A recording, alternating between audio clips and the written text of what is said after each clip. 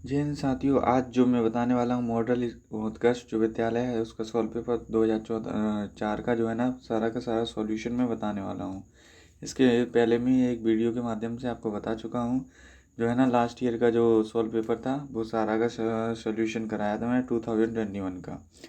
इस पेपर में जो है ना आपको रोल नंबर लिखना रहता है। इस तरह से रोल नंबर ये दिया रहता है। फिर ये पुस्तक क्रमांक जो भी है ना आपको क्वेश्चन पेपर मिलता है उसका नंबर लिखना रहता है यहाँ पे। अब आगे यहाँ पे जो है ना आपकी दिशा निर्देश दिए गए हैं। ये निर्देश कुछ इस प्रकार हैं कि कुछ जो है ना सभी प्रश्न करना अनिवार्य होता है। इसमें कोई ऋणात्मक मूल्यांकन नहीं होता है और प्रश्नों की जो संख्या है 100 है और सभी क्वेश्चनों में ना आप हल कर सकते हो। प्रदत्त उत्तर शीट जो है ना OMR शीट आपको दी जाती है। उस पर ही आपको उस राइट आंसर है ना भरने रहते हैं। 4 ऑप्शन दिए रहते हैं, उसमें जो भी राइट ऑप्शन लगता है उसको अपन भर देते हैं।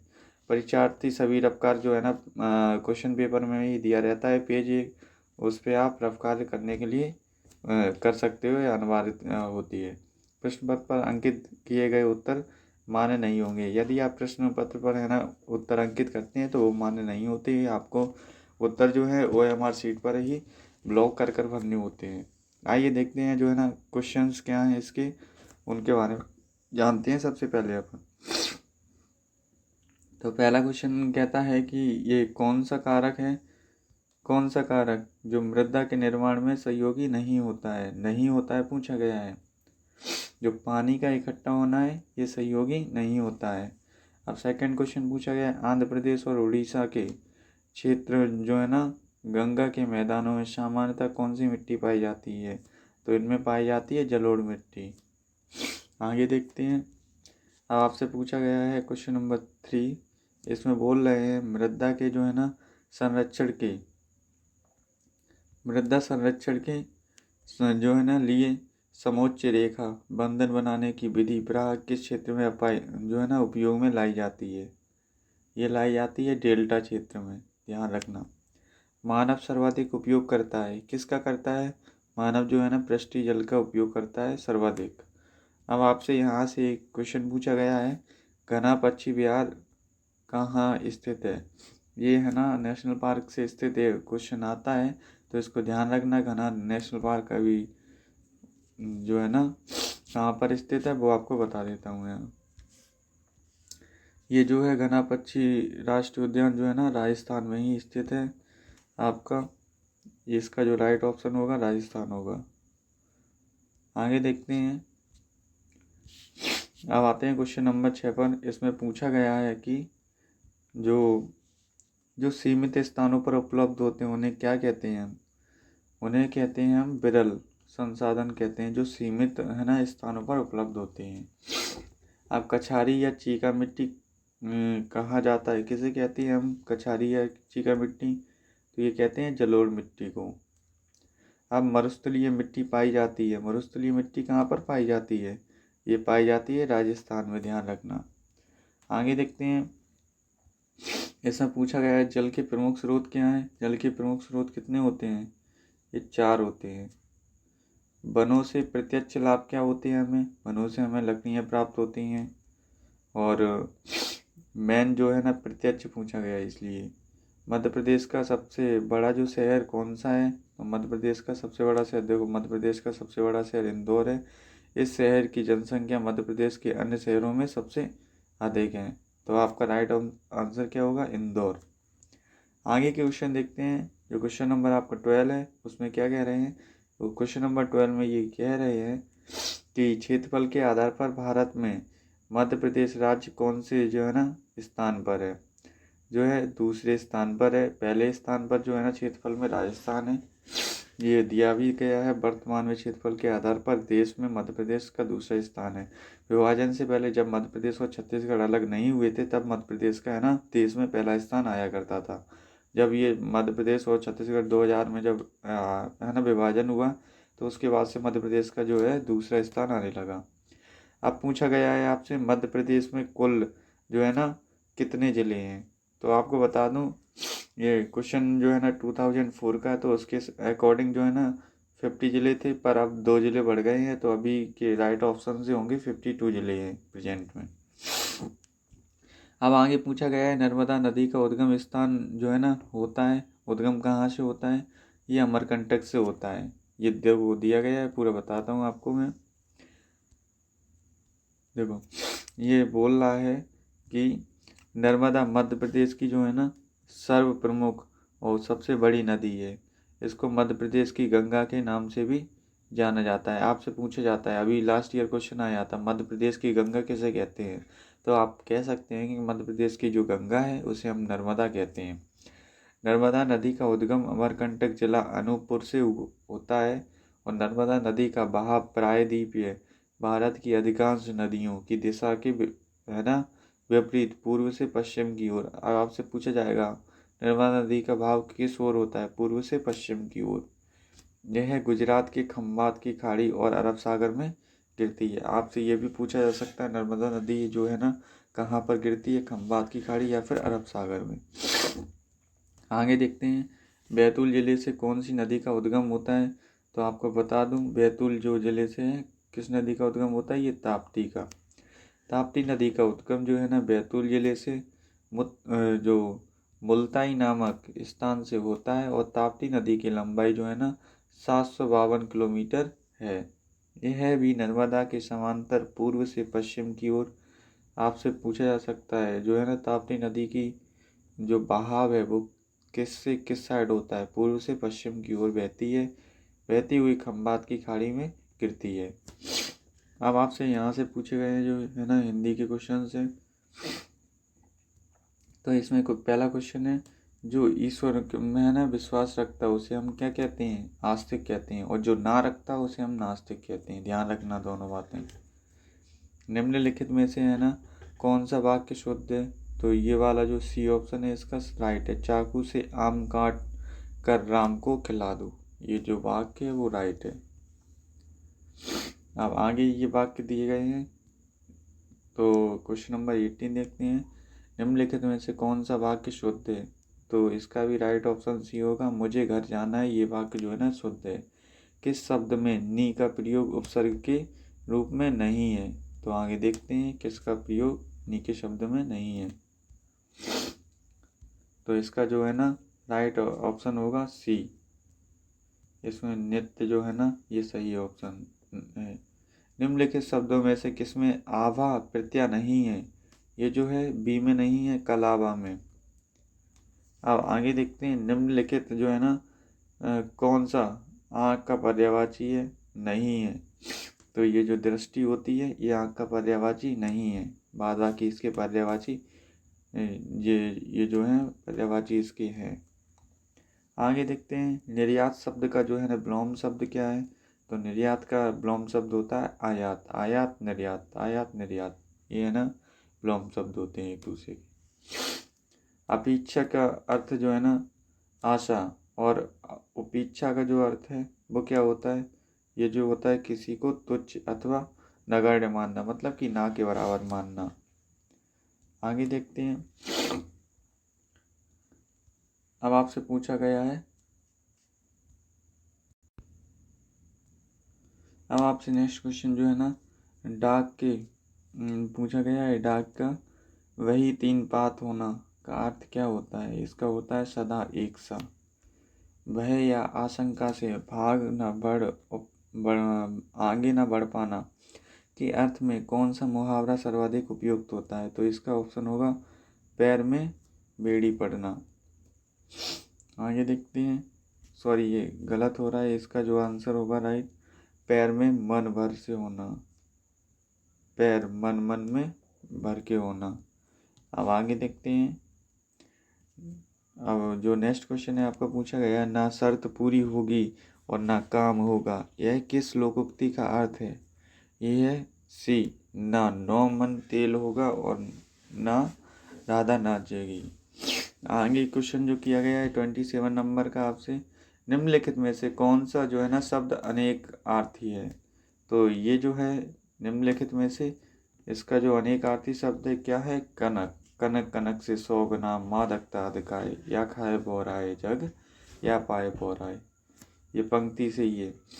अब आगे जो नेक्स्ट क्वेश्चन है आपको दिया गया है, निम्नलिखित में से कौन सा शब्द है ना तत्सम है, ये पुष्प जो है ना तत्सम शब्द है।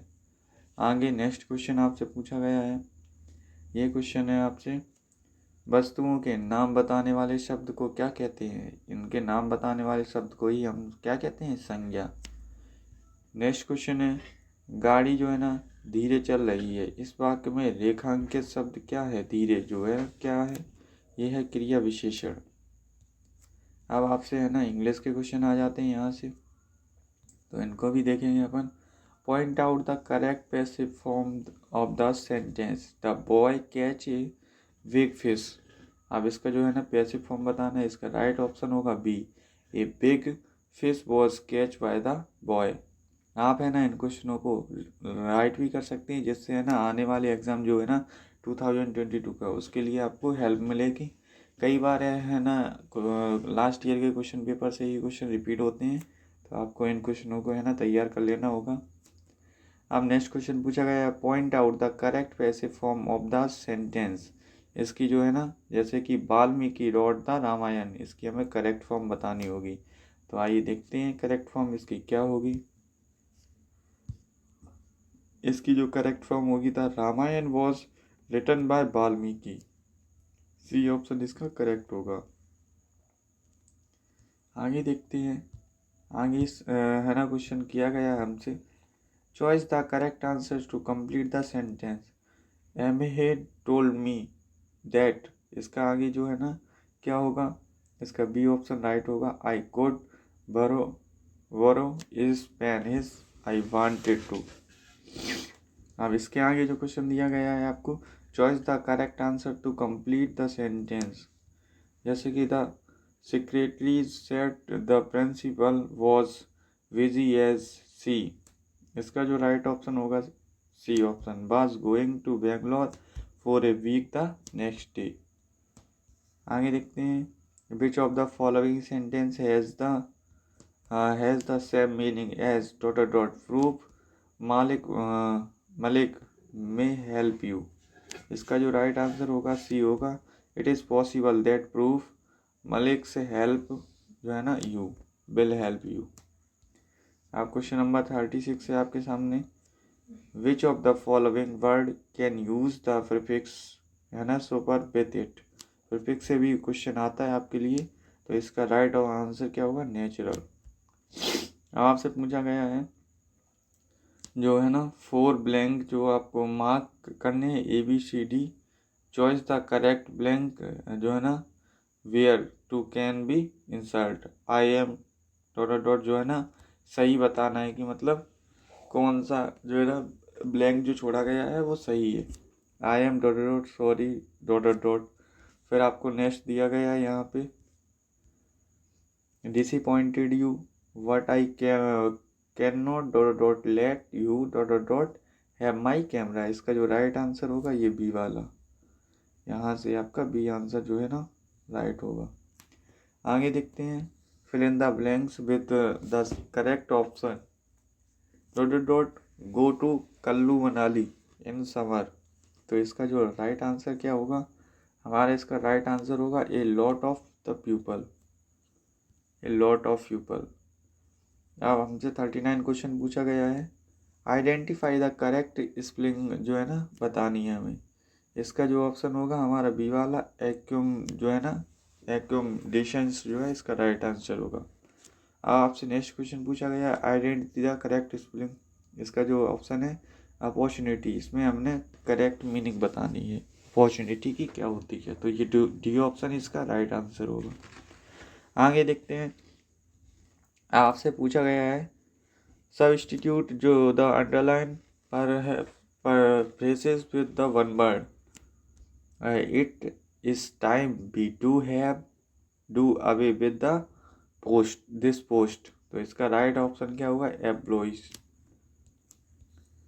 अब सब्स्टिट्यूट्स दैट द जो है ना अंडरलाइन पर has phrases with one word, will you kindly speak a little louder, you can not be heard here. तो इसका राइट आंसर होगा डी जो है ना इनएडिबल। अब इसका 43 क्वेश्चन नंबर पूछा गया है, the synonym of the significant. इसका राइट आंसर क्या होगा? इम्पोर्ट। आपसे क्वेश्चन नंबर 44 पूछा गया, the antonym of the compulsory is, इसका राइट ऑप्शन जो होगा ओपन जो ओपनियल, ऑप्शनल इसका राइट आंसर होगा। अब आपसे क्वेश्चन पूछा गया है 45 वाला, the resulting working after adding the suffix able to, और आगे देखते हैं इसका नेक्स्ट दिया रखा है यहाँ पे, द वर्ड इंटरचेंज इज क्या कहलाता है, इंटरचेंजेबल कहलाता है इसको, इसका राइट आंसर है डी, इंटरचेंजेबल। आगे देखते हैं,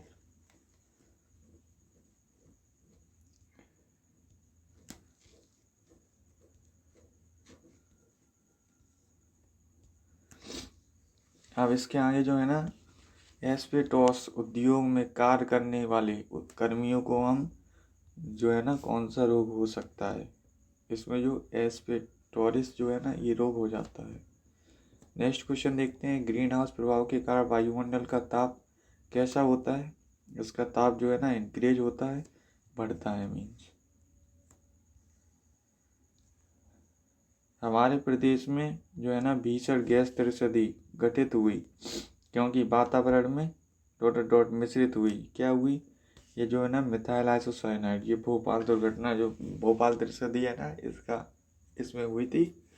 ये पूछा जाता है अक्सर क्वेश्चन, कौन सी गैस थी वो, ये थी मिथाइल आइसोसाइनाइड। आपसे नेक्स्ट क्वेश्चन पूछा गया है, ये पूछा गया है ओजोन गैस का आवरण हमारी रक्षा करता है, इसका राइट आंसर क्या होगा, इसका जो राइट आंसर होगा पराबैंगनी किरणों से ओजोन हमारी रक्षा करती है। अब आपसे नेक्स्ट क्वेश्चन पूछा गया है, प्रमुख वायु प्रदूषक होता है, प्रमुख वायु प्रदूषक क्या होता है ये हमें बताना है। इसका जो प्रमुख वायु प्रदूषक होता है कार्बन मोनोऑक्साइड, इसका राइट आंसर होगा। निम्न में से कौन अनअवगणनीयशील प्रदूषक है, तो ये DDT अनअवगणनीय प्रदूषक है। अब सूर्य से हानिकारक पराबैंगनी विकिरण का अधिकांश, और आगे क्वेश्चन दिया गया है यहाँ पे, भाग पृथ्वी के वायुमंडल से ऊंचाई पर जिस परत द्वारा रोक लिया जाता है वह परत क्या कहलाती है, ये परत कहलाती है ओजोन की परत। ओजोन की परत ही हमारी पराबैंगनी किरणों से, सूर्य से आने वाली पराबैंगनी किरणों से रक्षा करती है। ये इंपोर्टेंट क्वेश्चन है, रिपीट हो सकता है इस बार। आगे देखते हैं, प्रदूषित तालाब में प्रदूषण का सूचकांक क्या होता है, डिफनिया होता है, डेफनिया, इसका राइट आंसर होगा।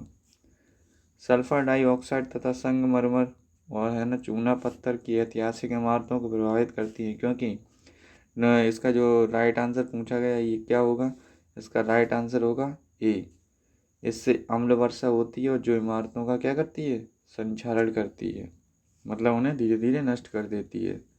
आधुनिक सभ्यता में यह प्रमुख प्रदूषक है, कौन सा है, क्लोरोफ्लोरोकार्बन, यह राइट ऑप्शन होगा इसका। अब आपसे पूछा गया है क्वेश्चन, जो ठंडी रातों में कमरे कोयला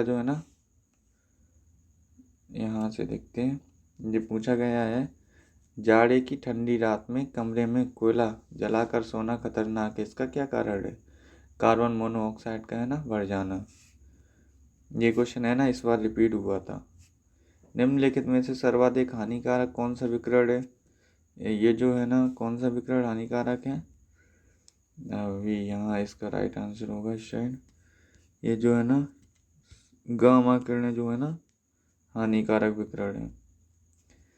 आगे देखते हैं नेक्स्ट, ये आपसे पूछा गया है अब यहाँ पे, निम्नलिखित में से किसकी तीव्रता तीव्रता का मापन डेसिबल में किया जाता है, तो आप बता सकते हैं आसानी से, ये क्वेश्चन बार बार रिपीट होते रहते हैं। यह ध्वनि का मापन डेसिमल से किया जाता है। इम्पोर्टेंट क्वेश्चन है, इस बार रिपीट हो सकता है। आगे देखते हैं, मानव की कार्बन मोनोऑक्साइड के वातावरण में मृत्यु हो जाती है, क्यों हो जाती है, इसका कारण हमें बताना होगा। इसका जो राइट आंसर है सी ऑप्शन है, यह रक्त का हीमोग्लोबिन के साथ संयोग करके रक्त को ऑक्सीजन अवशोषित करने के अयोग्य बना देता है। आगे देखते हैं, वायुमंडल में ओजोन छतरी उपस्थित है, ये कहाँ पे उपस्थित है, 23 किलोमीटर पर उपस्थित है। आगे देखते हैं, घर की भिन्न भिन्न विद्युत लाइनों को है ना जोड़ी जाती हैं, किस क्रम में जुड़ी हुई होती हैं? ये समांतर क्रम में। अक्सर ये क्वेश्चन रिपीट होता है।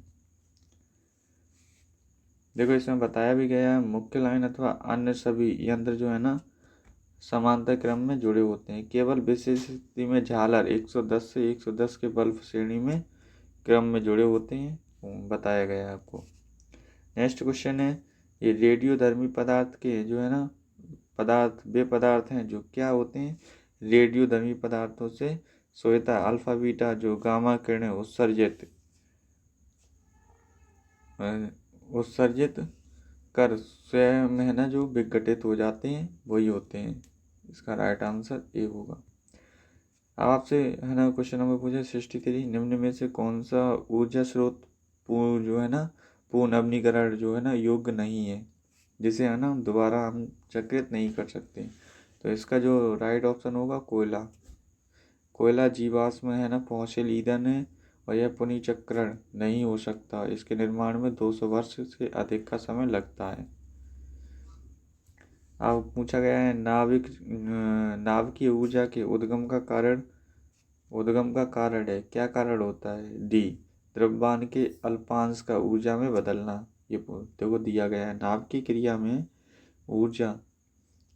क्रिया में द्रव्यमान हानि में m होती है और जो कि सूत्र E बराबर mc², ये जो है ना ऊर्जा का सूत्र होता है में बदल जाती है। अतः द्रव्यमान के अल्पांश का ऊर्जा में बदलने से नाभ की ऊर्जा प्राप्त होती है। अब नेक्स्ट है, आपसे पूछा गया है हब्बल जो है ना 65 हब्बल नियमानुसार हमसे दूर जा रही न्यारका का वेग क्या होता है? बी ऑप्शन दूरी के साथ बढ़ता है। जो है ना हबल के नियम के अनुसार न्यारका का वेग बी समानुपाती आर, अर्थात दूरी बढ़ने के साथ साथ न्यारका का वेग भी बढ़ता है। आगे जो उपग्रह मौसम की भविष्यवाणी के काम आता है क्या कहलाता है? ये भूस्थिर उपग्रह कहलाते हैं। भूस्थिर उपग्रह द्वारा मौसम की भविष्यवाणी की जाती है। इसका आवर्तकाल 24 घंटे का होता है और यह भूमध्य रेखीय कक्षा में है ना गति करता है। भारत की रोहिणी उप मिशन के उद्देश्य हैं, क्या उद्देश्य हैं इसके, या मैं अभी आपको बता रहा, थोड़ा रुकिएगा। डी ऑप्शन इसका है ना राइट ऑप्शन होगा। खगोलीय जो है ना खगोल विद्या अध्ययन करना ही इसके है ना उद्देश्य है। इसका राइट ऑप्शन जो है ना डी होगा। आगे देखते हैं, यहाँ पे देखो बताया भी गया है रोहिणी द्वारा पृथ्वी के विभिन्न भागों की फोटोग्राफ लेकर इनकी जानकारी एकत्र की जाती है। अतः ये रिमोट की तरह कार्य करता है, इसे खगोलीय अध्ययन के लिए प्रयुक्त करते हैं। आगे जो क्वेश्चन किया गया है 68 वाला हमसे, रॉकेट जेट जिस सिद्धांत पर कार्य करता है वह क्या है? इसका राइट ऑप्शन होगा सी न्यूटन का गति का तीसरा नियम जो होता है, इस पर ही रॉकेट नौदन जो है कार्य करता है। रॉकेट के कार्य का सिद्धांत क्रिया प्रतिक्रिया पर आधारित होता है। इसमें ईंधन जलाकर गैस उत्पन्न करता है और इनकी प्रतिक्रिया से रॉकेट गति करता है। एक निश्चित दूरी पर स्थित दो वस्तुओं के बीच जो है ना कार्यकारी गुरुत्वाकर्षण बल निर्भर करता है, किन पर निर्भर करता है? उक्त में से कोई नहीं। इसका राइट ऑप्शन देखो रीजन दिया गया है। दो वस्तुओं के बीच है ना गुरुत्वाकर्षण बल इस प्रकार होता है, इसका फॉर्मूला होता है F बराबर जो है ना Gm1 Gm2 अपॉन में r²। स्पष्टता F समानुपाती M1 और M2 के समानुपाती होता है। F जो है ना व्युत्क्रमानुपाती होता है 1/r² के। दूरी स्थिर दी जाती है और अतः F का मान दिए विकल्पों में से किसी पर भी निर्भर नहीं करता है। आगे देखते हैं,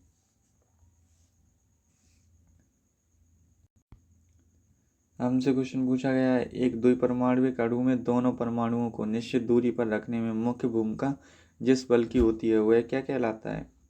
ये कहलाता है स्थिर है ना वैद्युत बल। द्विपरमाणुक अणु में स्थिर वैद्युत प्रभावी होता है जो कि परमाणुओं के पास पास रखता है।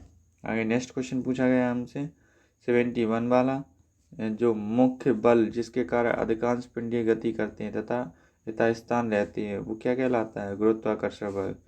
आकाशीय पिंडों की गति वृत्तीय होती है। आपसे पूछा जाता है आकाशीय पिंडों की गति कैसी होती है, तो आप बता सकते हैं वृत्तीय। जो कि अवकेंद्रीय बल के बिना नहीं होती। यह अवकेंद्रीय बल गुरुत्वाकर्षण बल द्वारा प्राप्त होता है। यह आप बता सकते हैं। आपसे पूछा गया है निम्न तरंगों में से जो तरंगें निर्वात में संचारित नहीं हो सकती उन्हें हम क्या कहते हैं? ध्वनि तरंगें कहते हैं। आपसे पूछा जाता है ध्वनि तरंगें कहाँ है ना, मतलब गमन नहीं कर सकती। ध्वनि तरंगें यांत्रिक तरंगें हैं। आपसे पूछा जाता है ध्वनि तरंगें कौन सी तरंगें होती हैं? यांत्रिक। ये बिना माध्यम की गति नहीं करती, इसके लिए माध्यम की आवश्यक है और अतः ये निर्वात में संचारित नहीं होंगी।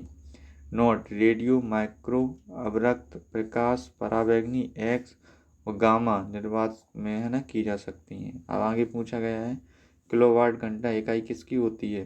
किलोवाट घंटा इकाई होती है ऊर्जा की। किलोवाट घंटा बराबर में kW - H, यह विद्युत ऊर्जा की एक है ना इकाई होती है।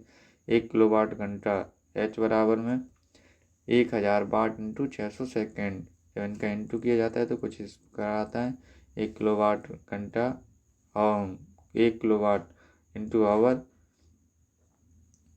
336 जो है ना लैक आ जाता है जूल आंसर।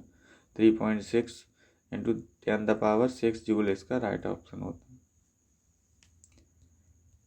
आगे क्वेश्चन दिया गया है जब तरंगे एक माध्यम से है ना दूसरे माध्यम में संचरित होती हैं तो तरंग गुण अचल रहता है। आवृत्ति जो है ना अचल रहती है। जब प्रकाश तरंगें परावर्तित होती हैं तो इनकी आवृत्ति स्थिर रहती है। अपवर्तित प्रकाश की आवृत्ति बराबर में परावर्तित प्रकाश की आवृत्ति और बराबर में जो है ना अपवर्तित प्रकाश की आवृत्ति इक्वल होती हैं सभी की। अब नेक्स्ट क्वेश्चन हमसे पूछा गया है एक व्यक्ति दूरदृष्टि दोष से पीड़ित है, इसका कारण है। इसका क्या कारण हो सकता है? दूरदृष्टि दोष जो है ना उनको हो सकता है। निकट स्थित वस्तु का बिंब जो है ना चूस लेंस से रेटिना के पीछे बनता है। इसका जो फोकस मतलब चित्र जो है पीछे बनता है, यही कारण होता है। दूर की वस्तु स्पष्ट दिखती है किंतु है ना पास की वस्तु स्पष्ट नहीं दिखती हमें। पास की वस्तु का प्रतिबिंब रेटिना के पीछे बनता है। अब आगे नेक्स्ट क्वेश्चन देखते हैं हम। कुछ इस प्रकार है ना लेंस का चित्र होता है। प्रकाश किरणें अधिक फैल जाती हैं, इस कारण हमें जो है ना दूरदृष्टि जो दोष हो जाता है। इसके लिए हमें उत्तल लेंस का यूज़ करना चाहिए। आपसे नेक्स्ट क्वेश्चन पूछा गया है जब एक समांतर प्रकाश पुंज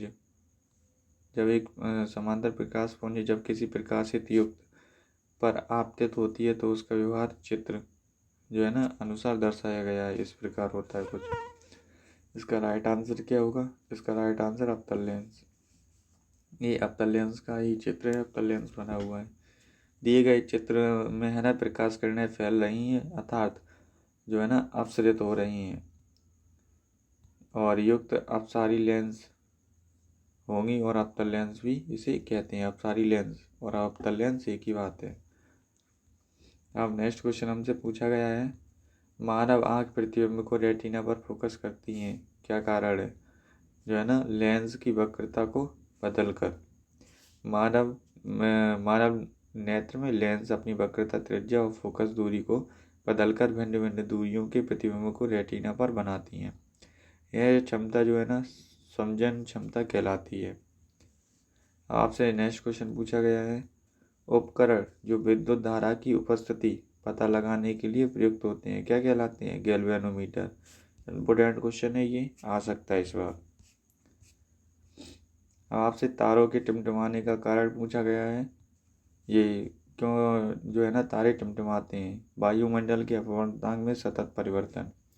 तारे से आने वाले प्रकाश विभिन्न अपवर्तनांक की कई परतों से गुजर कर पृथ्वी पर पहुंचता है। इन परतों का अपवर्तनांक लगातार बदलता रहता है और तारे इसलिए है ना टिमटिमाते हैं।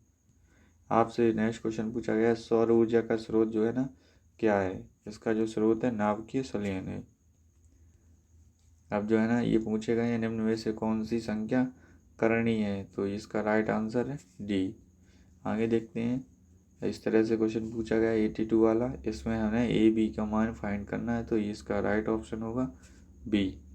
सॉल्यूशन आपको ये दिए रखे हैं। अब 83 वाला पूछा गया हमसे इस प्रकार, 83 वाला समबाहु त्रिभुज का क्षेत्रफल होगा यदि उसकी एक भुजा की माप क्या हो, ए हो। तो उसका राइट ऑप्शन होगा √3/4 ए स्क्वायर। अब नेक्स्ट क्वेश्चन दिया रखा है हमें, एक जो है ना समचतुर्भुज का परिमाप 20 सेंटीमीटर है और उसके विकर्ण की लंबाई 8 सेंटीमीटर है, तो उसका क्षेत्रफल क्या होगा। यह ना 24 सेंटीमीटर स्क्वायर होगा।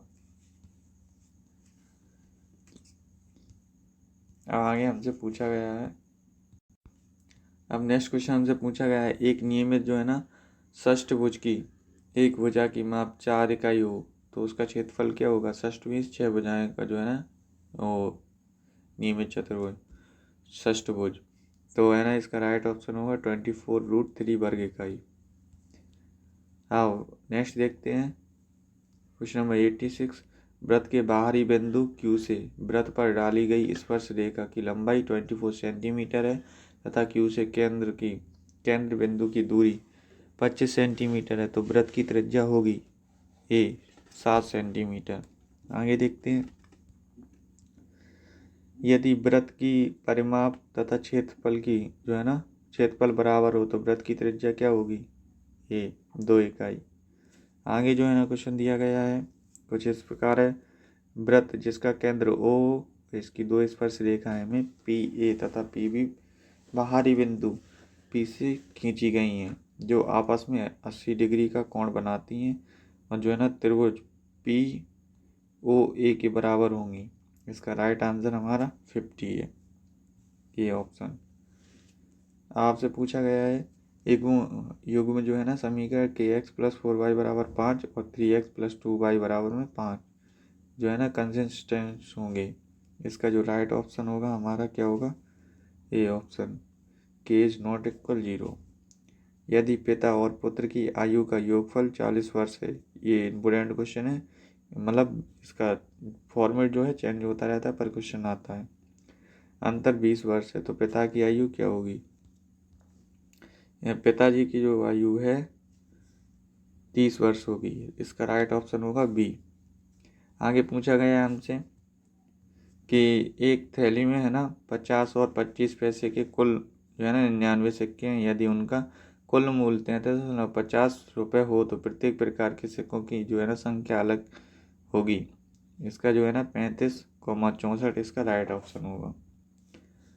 अब नेक्स्ट क्वेश्चन आपसे पूछा गया है, यदि हमारा जो है ना √3 की पावर 5 81 इक्वल 3 की पावर n 3 कर्ली 3 जो है ना हो इस प्रकार, तो हमारा सही आंसर क्या होगा, n की वैल्यू हमें फाइंड करनी है, तो इसका राइट ऑप्शन होगा 5। आगे देखते हैं 93 पूछा गया हमसे, ये बोल रहा है, ये कहता है कि मतलब क्वेश्चन 1 + x + x² और 1 - x³ का महत्तम समावर्तक क्या होगा। तो इसका महत्तम समावर्तक जो होगा 1 + x + x², इसका महत्तम समावर्तक होगा। आपको ये क्वेश्चन और पूछा गया है 94 जो है ना दो व्यंजकों का लघुत्तम समावर्तक 12x² 12y² और z का महत्तम समावर्तक 4xy है। एक व्यंजक 4x² है तो दूसरा व्यंजक क्या होगा, ये होगा 12xy जो है ना स्क्वायर z। इसका राइट आंसर होगा। दो घात समीकरण के है ना मूलों की संख्या कितनी होती है, 2 होती है, राइट आंसर बी होगा इसका। अब 96 में हमसे पूछा गया है, x² - 1 अपॉन में x + 1 और डिवाइड का साइन दिया गया है x³ - 1 x² प्लस x + 1 का सरलतम रूप हमें फाइंड करना है। इसका जो आंसर आएगा वो 1। अब इसके आगे हमसे पूछा गया 97 वाला, एक घनाभ के है ना कोर क्रमशः 3 सेंटीमीटर 4 सेंटीमीटर और 12 सेंटीमीटर है, घनाभ के विकर्ण की लंबाई क्या होगी, ये जो होगी 3 जो है ना 13 सेंटीमीटर होगी। आगे देखते हैं, आपसे पूछा गया है, एक कमरे के फर्श का क्षेत्रफल जो है ना 48 वर्ग मीटर है, यदि उसकी ऊंचाई 5 मीटर हो तो कमरे का आयतन क्या होगा। इसका होगा 240 वर्ग मीटर, इसका आंसर होगा। आपसे नेक्स्ट क्वेश्चन पूछा गया है, एक बेलन की ऊंचाई आधार जो है ना दोनों 10% बढ़ा दी जाए तो बेलन के आयतन में वृद्धि होगी। कितनी होगी? 33.1%। अब आपसे लास्ट क्वेश्चन जो है 100 नंबर का, एक समकोण त्रिभुज का समकोण बनाने वाली किसी एक भुजा के परता घुमाने पर निम्नलिखित आकृति होगी। क्या होगी? शंकु। कैसा लगा वीडियो आप है ना कमेंट सेक्शन में हमको बता सकते हैं। डिस्क्रिप्शन में और भी जो है ना लास्ट ईयर के क्वेश्चन पेपर की है ना लिंक आपको दे दी जाएगी, तो वहाँ से आप उसको वीडियो को भी देख सकते हैं। कोई भी इससे संबंधित अगर आपके डाउट हैं तो आप हमें कमेंट सेक्शन में अवश्य बताएं। यदि आपने अभी तक चैनल को सब्सक्राइब नहीं किया है तो चैनल को सब्सक्राइब करें और दोस्तों के साथ ज़्यादा से ज़्यादा शेयर करें, जिससे है ना उनके पास भी ये सॉल्व पेपर पहुँच सके, जिससे आपको है ना आने वाले एग्ज़ाम में हेल्प हो सके। कैसा लगा वीडियो हमें और भी बताइएगा, और आगे भी जो है ना क्वेश्चन पेपर हम आपको देते रहेंगे यूट्यूब के माध्यम से। और कमेंट सेक्शन में जो है ना अपने डाउट वगैरह पूछ सकते हैं आप। और वीडियो कैसा लगा ये कमेंट अवश्य कीजिएगा। जय हिंद, धन्यवाद।